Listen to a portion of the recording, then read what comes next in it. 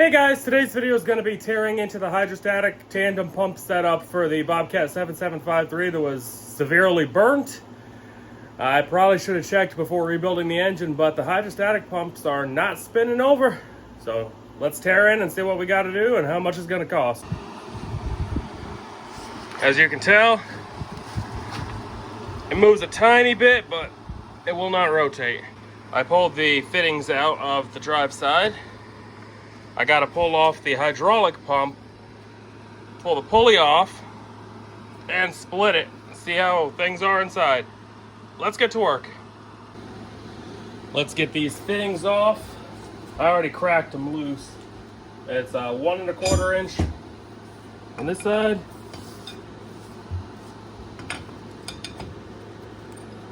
And on the other side it is 1 1/2 inch. Obviously, these are all O-ring Boss fittings. So, yeah. I don't think that O-ring would seal anymore.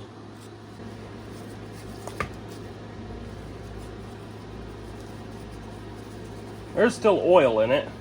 Clearly just made a mess. Well, there ain't even an O-ring left on that one. Let's pop this pump off, this 5/16.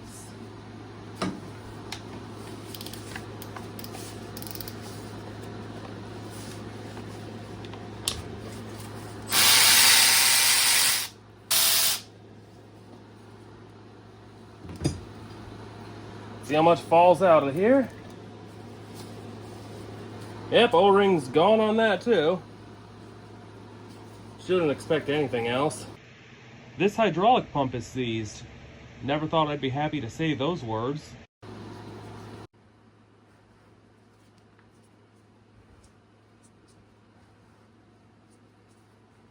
That's great news. I feel like I probably should still open them up though. Very good news that it can be turned over relatively easily.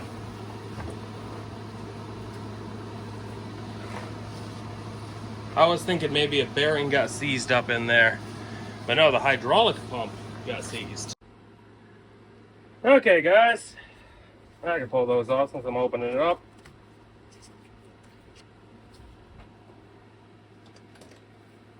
Let's get this pump split.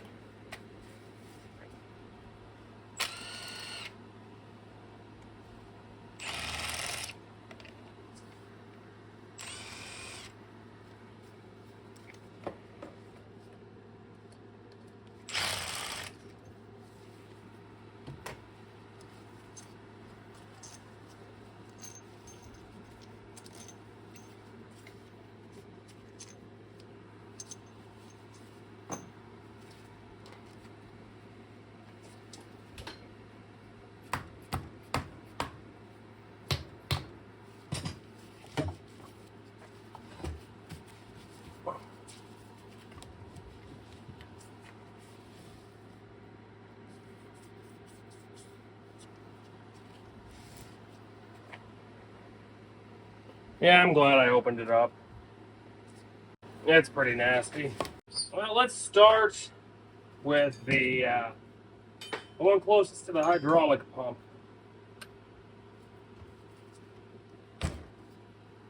This one. Let's open this guy first.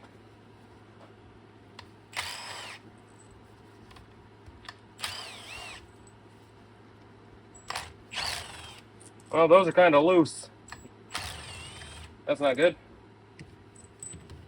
Are these all the same? No. Main ones are larger.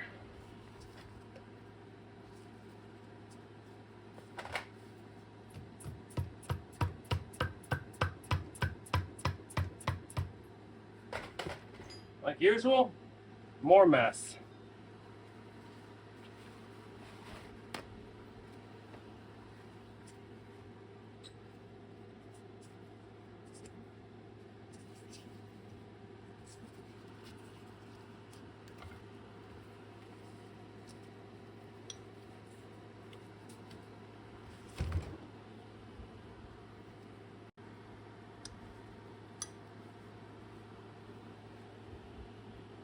It definitely got water in it. It's definitely discolored, but my fingernail doesn't catch on anything. It's rough though.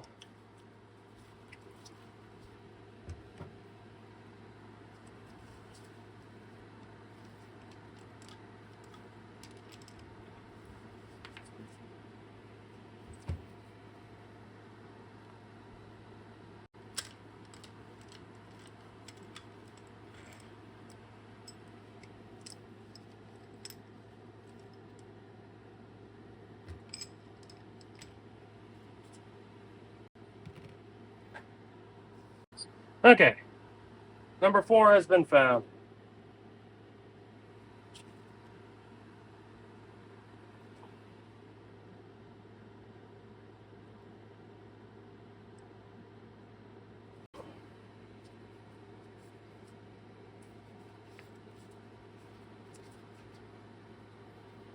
There's no slop in those bearings though.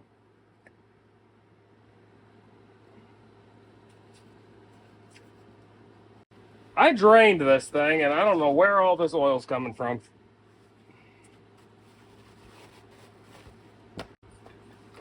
Let's look at the pistons here.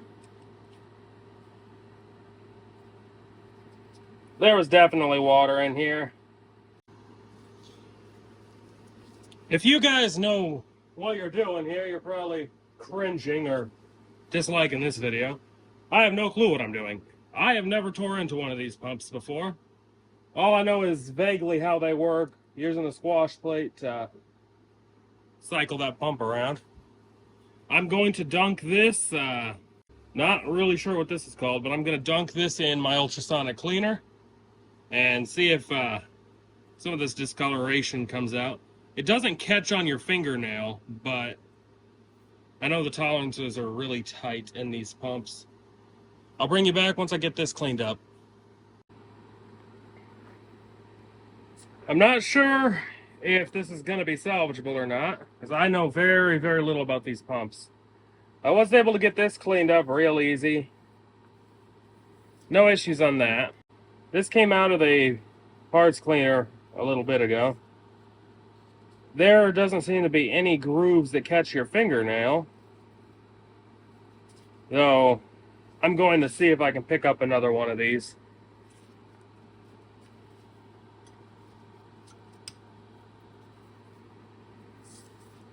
Well, it's better than it was. As for this rotating assembly, I am going to have this looked at by somebody that knows what they're doing, which is definitely not me. I think that's like $900 for another one. I'll have somebody else go over that knows what they're doing, which is definitely not me. I'm just seeing what I can salvage in this.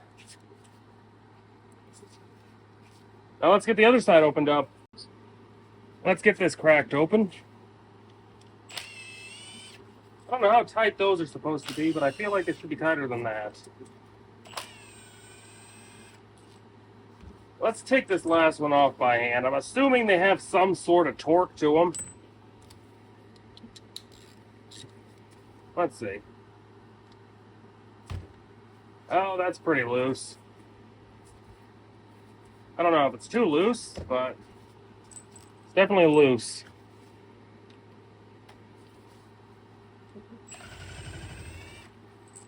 Now,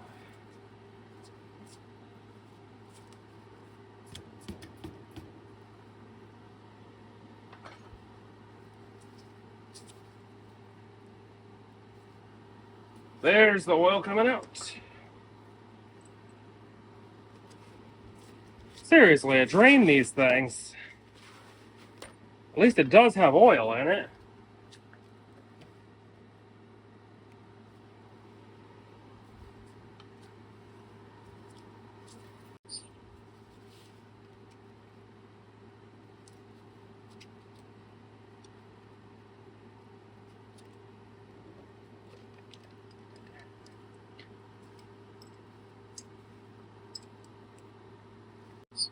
This side definitely seems better than the other side. I got both end housings of the pumps cleaned up. Everything seems okay and no cracks or damage I can see. I will likely be replacing these on both, just because there is signs of wear despite not having any grooves in them. No issues with the bearings for the wash plates. Everything moves freely. I do have to replace the shim that these shoes ride on.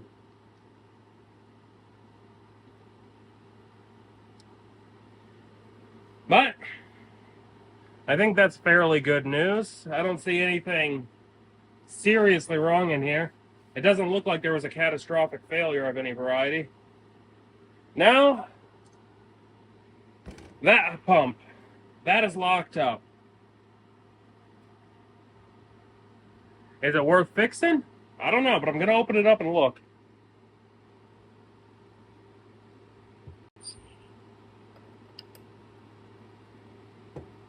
Well, let's open this guy up. How you do that? Not sure yet. Let's get this guy opened up and see if there's something up in there. I likely will have to replace this pump, though. This one's locked up.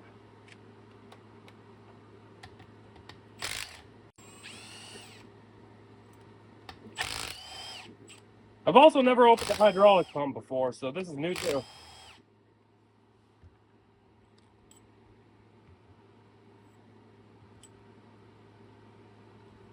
Keep all the parts together in case I'm actually going to be salvaging this.